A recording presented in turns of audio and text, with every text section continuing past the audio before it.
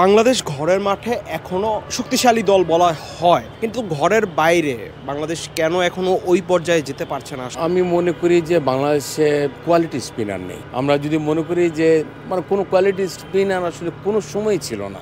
এক রফিক ভাইয়ের পরে আপনি আমি মনে করি না যে ওয়ার্ল্ড ক্লাস স্ট্যান্ডার্ড যেটা স্পিনার, সেই স্পিনার নিয়ে বাংলাদেশ টিম কোনো সময় ফাইট করতে পেরেছে।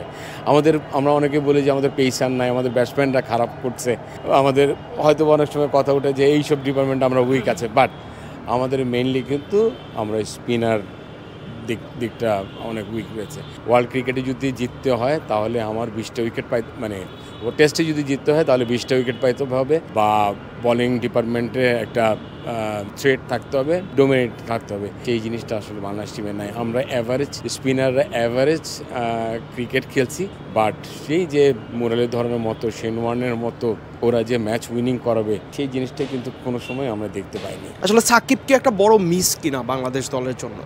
100% Shakib is the best player.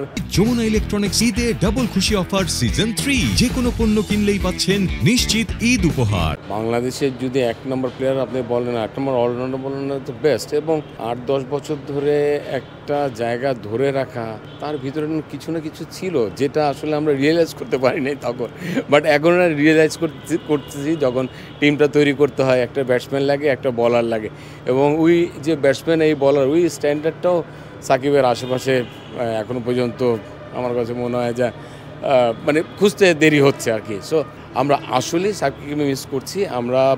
আমরা একটা সুন্দর টিম কিন্তু হয়ে উঠছিলাম 18 থেকে 21-এর মধ্যে, ওয়ানডে সবগুলো জিততেছিলাম। সেই জিনিসটা কিন্তু ভেঙে যাওয়াতে কিন্তু আমরা আবার ছুটে গেছি।